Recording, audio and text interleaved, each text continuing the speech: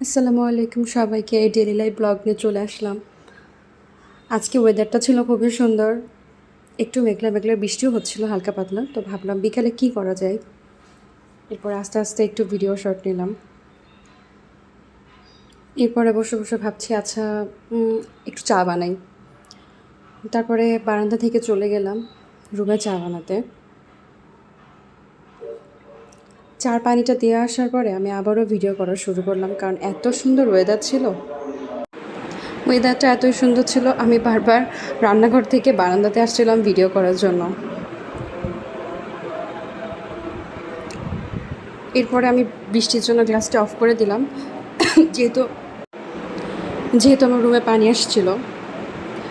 এরপরে চলে গেলাম আবার রান্নাঘরে, যে দেখলাম যে কী অবস্থা, পানিটি ফুটেছে কিনা। ব্যাস একটু ওয়েট করলাম, এরপর চায়ের পানিটি ফুটতেই থাকলো। আমি দাঁড়িয়ে দাঁড়িয়ে অপেক্ষা করলাম। এরপরে দিয়ে দিলাম লিকার।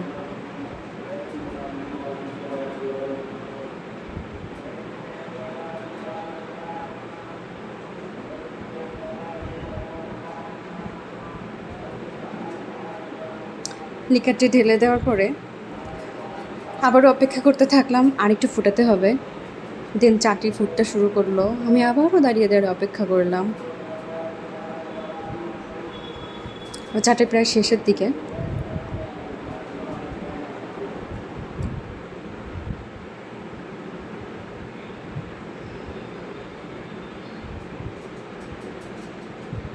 এরপর বাসার সবার জন্য চাটি নামাতে থাকলাম।